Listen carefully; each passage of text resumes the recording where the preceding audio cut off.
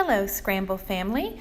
This is a special edition from the Scramble Bookstore to accompany the story How Big is a Million, to give you an idea of a couple learning activities you can do to accompany the story.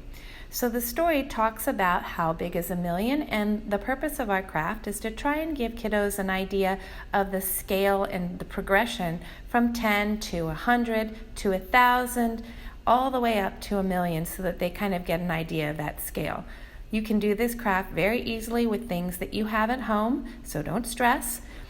Paper plates are what we used, but that's kind of a starting point. So paper plates, markers, dot markers, all of those things should be things that you probably have at home that you can use in this simple craft. So first, let's start with 10. Take your paper plate, put a big number 10 in whatever color you like right in the middle of it, and then take your dot marker, take marbles, take 10 objects that you have. It can be crayons, it can be pencils, it can be anything that you have, and you can put that, have your kiddo count out to 10 and put those on the plate. For the 100 plate, what we did was we took, again, a plain paper plate, wrote the number 100 in the middle of it, and then took a couple extra paper plates, cut them up into pieces. You can label the back, have your kiddo label the back. Make sure you have 10 pieces of paper plates. Think of them as parts of a pie. We can talk about fractions at a later story time in crafts.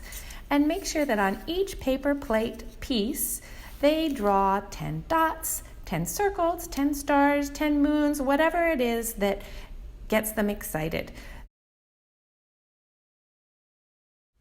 One more option for a 100-based skip counting activity is to take your paper plate, put a big 100 in the middle, make sure that you poke 10 holes around the edge of it, label each hole not consecutively, 10 by 10s, 10, 20, 30, 40, 50, 60, 70, 80, 90, and 100.